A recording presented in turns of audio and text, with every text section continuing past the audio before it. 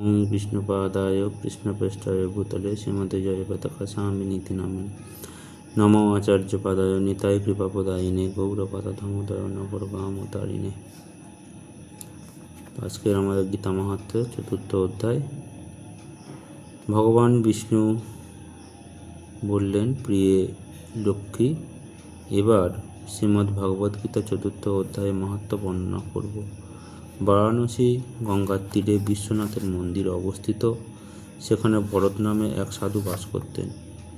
পরম ভক্তির সঙ্গে প্রতিদিন তিনি শ্রীমদ্ ভগবদ্গীতা চতুর্থ অধ্যায় পাঠ করতেন। পূর্বে ভরত যখন তীর্থযাত্রার পরিভ্রমণ করেছিলেন, তখন তিনি তপোদান শহরে ভগবান শ্রীকৃষ্ণের বিগ্রহ দর্শন করতে যান। শহর ত্যাগের সময় তিনি দুটি বেলগাছ দেখতে পেলেন। সেই গাছের ছায়ায় বিশ্রাম করার মানসে তিনি একটি গাছের মূলকে বালিশ করে এবং অন্য গাছের মূলের ওপর পা রেখে শুয়ে পড়লেন।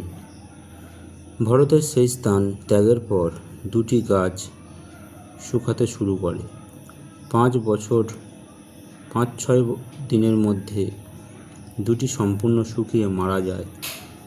হে মহান দুটি আত্মা, সেই গাছ দুটিতে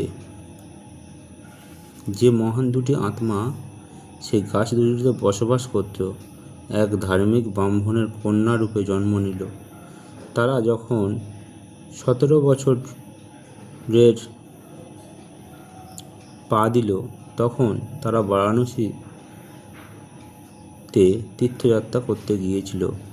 বারাণসীতে ভ্রমণ করতে করতে সহসা তাদের মহামুনি ভরতের সঙ্গে দেখা হয়ে গেল। ভরতকে দেখার সঙ্গে সঙ্গে তার পায়ে পড়ে তারা মধুর বচনে বলল, হে মহারাজ ভরত, আপনার কৃপাতে আমরা বৃক্ষরূপ থেকে মুক্তি পেয়েছি। মহারাজ ভরত তাদের কথা শুনে বিস্ময়াভূত হলেন। তিনি তাদের জিজ্ঞাসা করলেন, হে প্রিয় কন্যারা, কোথায় কখন আমি তোমাদের সংস্পর্শে এসেছিলাম এবং তোমাদের বৃক্ষ রূপ থেকে মুক্তি দিয়েছিলাম? কিভাবে তোমাদের বৃক্ষ রূপ প্রাপ্তি হয়েছিল, দয়া করে তা জানাও, কারণ এ সম্বন্ধে আমি কিছুই জানি না। প্রথমে কন্যাদ্বয় তাদের বৃক্ষরূপ প্রাপ্তির কথা ভরত মহারাজকে বলতে শুরু করল। একজন বলল, মহারাজ, গোদাবরীর নদীর তীরে চিহ্নপাব নামে একটি পবিত্র স্থান আছে।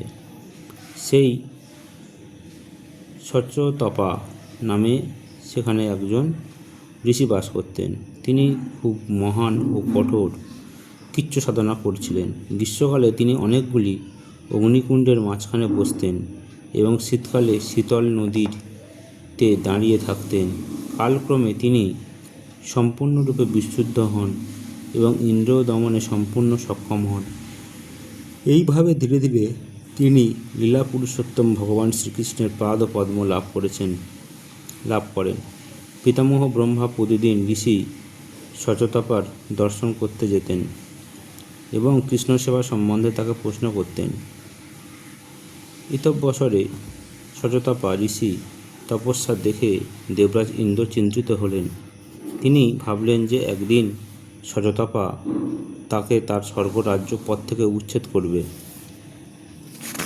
ইন্দ্র তখন আমাদের দুজনকে ডেকে পাঠালেন। সেই জন্মে আমরা ইন্দ্রের রাজসভায় অপ্সরা ছিলাম। ইন্দ্র আমাদের বললেন, যাও, আমাকে রাজত্ব থেকে উৎখাত করার আগে ওই সচতপা মুনির পতন ঘটাও। গোদাবরী নদীর তীরে সচতপা মুনি যেখানে কঠোর তপস্যা করছিলেন, ইন্দ্রের নির্দেশ পেয়ে আমরা সেখানে গিয়ে হাজির হলাম।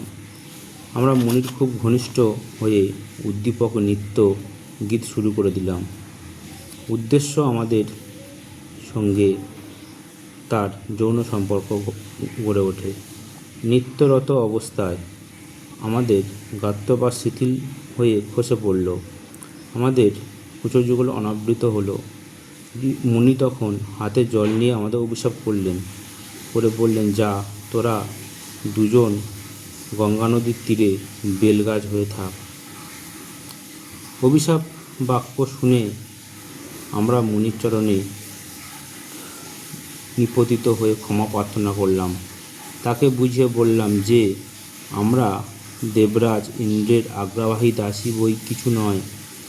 আমাদের আত্মসমর্পিতভাবে দেখে মুনিবর তুষ্ট হলেন এবং ভরত মহারাজের সংস্পর্শে না আসা পর্যন্ত আমাদের গাছ হয়ে থাকতে হবে বললেন। আমরা পূর্বজন্মের কথা স্মরণ করতে সক্ষম হব বলে তিনি আমাদের আশীর্বাদও করলেন। হে পরম প্রিয় ভরত মহারাজ, আমরা যখন গাছ হয়ে গঙ্গা নদী তীরে ছিলাম তখন তপবন ভ্রমণে কালে আমাদের নিচে বিশ্রাম করেছিলেন। আপনি শ্রীমদ্ ভগবদ্গীতা 4th অধ্যায় পাঠ করছিলেন। আপনার সেই পাঠ শুনে আমরা বৃক্ষ জীবন থেকে মুক্ত হয়ে ভক্ত পরিবারে জন্মগ্রহণ করেছি এবং এই জড়জগতে সকল ভোগ বাসনা হারিয়ে ফেলেছি। ভগবান বিষ্ণু বললেন, প্রিয়তম লক্ষ্মী এই দুই কন্যা ভরত মহারাজের কাছে তার জীবন কাহিনী বর্ণনা করায় তিনি খুব সন্তুষ্ট হয়ে তার আশ্রমে ফিরে গেলেন।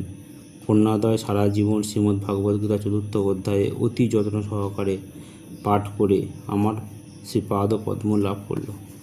তো জয় শ্রী প্রভুপাদ কি জয়। আজকের আমরা গীতা 4th অধ্যায় পাঠ করলাম। সকলের মঙ্গল হোক।